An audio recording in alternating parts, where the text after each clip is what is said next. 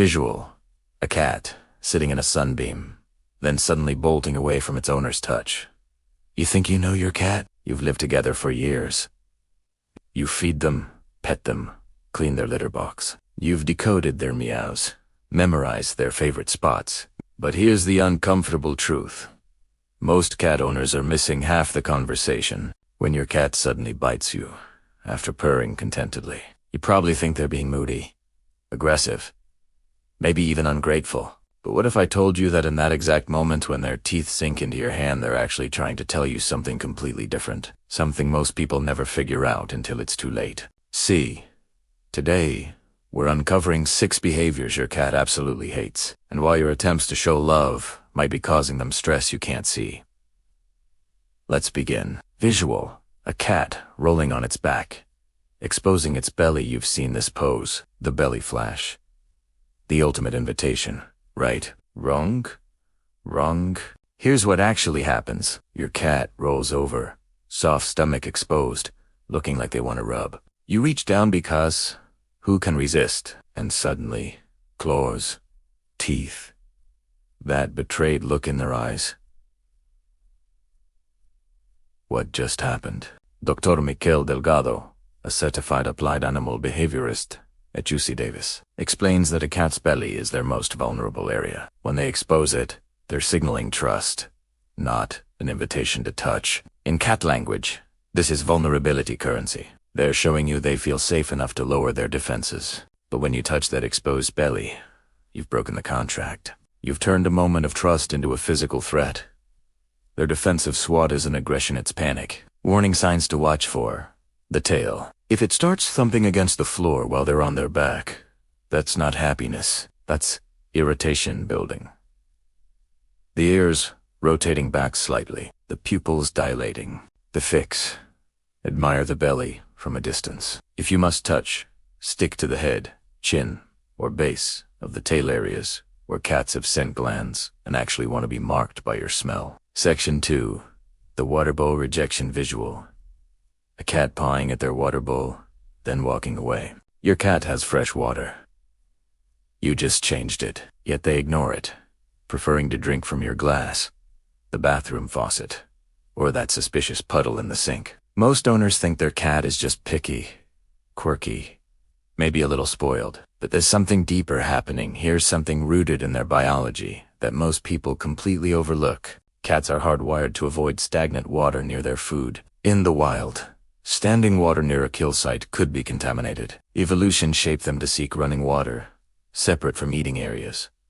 Dr. John Bradshaw, author of Cat Sense and researcher at the University of Bristol, notes that this behavior persists even in domestic cats who've never hunted. But here's what owners miss.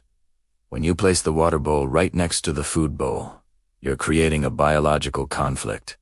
Your cat isn't being difficult. They're following ancient survival programming that tells them, this water might make you sick. Warning signs. Pawing at the water surface before drinking, trying to create movement. Drinking from unusual sources. Dehydration symptoms, despite available water. The fix. Separate food and water bowls by at least 3 feet. Consider a pet fountain. Place multiple water stations around your home. You're not indulging them. You're speaking their language. The owner scooping up a cat that clearly wants to be elsewhere. You come home after a long day. You miss them. You want to hold them, cuddle them, bury your face in their fur. And they tolerate it. Or they Skierman, or they freeze. Most owners interpret that stillness as acceptance. They're letting me do it, you think. They must like it. But feline behaviorists have a term for that frozen posture. Stress, immobility. When a cat goes rigid in your arms, they're not relaxed. They're trapped. They're shutting down because escape feels impossible. Research from the University of Lincoln found that cats handled against their will showed elevated stress hormones that persisted 4 hours afterward. Your 5-minute cuddle session triggered a chemical stress response that lingered long after the interaction ended. Warning signs: ears flattening, tail tucking, the aplanier's position. Most critically, the absence of purring. A silent, still cat is often a stressed cat, not a content one.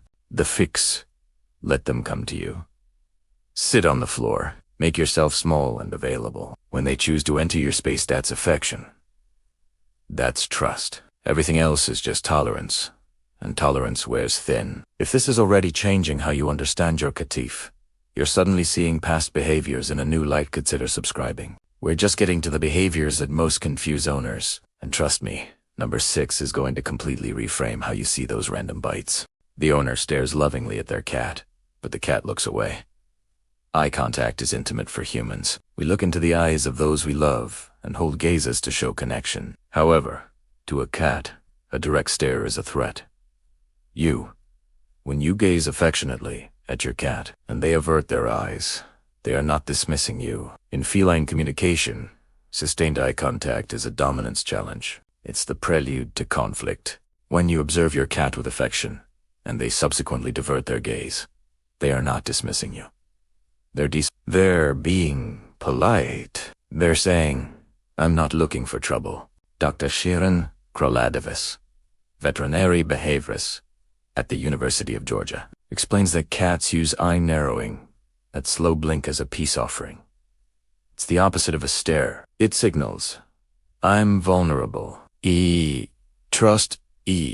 However, most owners miss the exchange entirely, continuing to stare and wondering why their cat seems distant. Warning signs include the slow blink that you didn't return, the cat leaving the room after eye contact, and dilated pupils during staring. The fix: try the slow blink. Look at your cat, then slowly close and open your eyes. If they return it, you've just had a conversation. You've spoken, fluent cat. That exchange means more than 1,000 forced pets. A cat hiding during a party, or flattening its ears at a vacuum. Cats hear frequencies. We can't. Their ears contain 32 muscles compared to our 6, allowing them to rotate 180 degrees, locating sounds with precision we can barely imagine. What does this mean in your home? That normal volume on your TV. To them, it's a shouting match. That cheerful greeting when you come home, it might be physically uncomfortable. That vacuum they should have gotten used to by now. It's not just scary, it's physically painful to their ears. Elimination.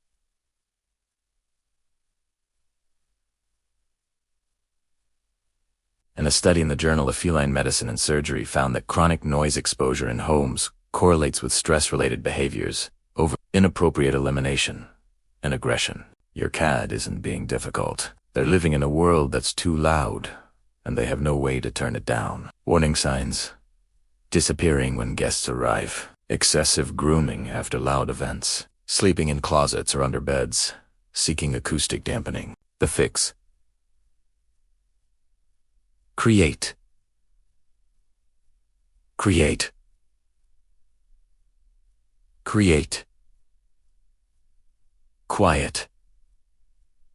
Zones. Lower your voice when addressing them. Never vacuum near their safe spaces. Consider that their hiding during parties isn't shinnis, it's self-preservation from sensory overload. The cat licked the owner's hand, then gave a gentle bite. We've reached the behavior that breaks the most relationships between cats and owners. The love bite that feels like betrayal. You're petting your cat. They're purring. They're leaning in. Den teeth. Sometimes gentle, sometimes not. You pull how I hurt. Confused. What did I do wrong? It was a strange, unexpected expression. Everything. That is the revelation that transforms everything. That bite was not an act of aggression. It was not even an expression of irritation, at least. Not initially. It was an escalation of affection. Everything. That's the revelation that changes everything.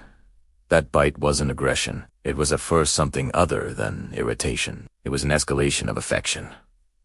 Cats groom each other as social bonding. When they lick you and then nip gently, they're treating you like family. They're saying, "You're part of my group.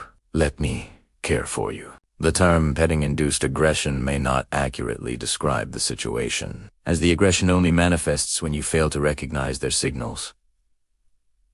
Dr. Karen Overall, a veterinary behaviorist at the University of Pennsylvania, describes the sequence. The licking intensifies. The skin twitches. The tail starts to lash. These are requests not for you to stop entirely, but for you to pause. To let them control the interaction. When you keep petting through those signals, the gentle family nip becomes a real bite. Not because they hate you, because you stop listening. Warning signs.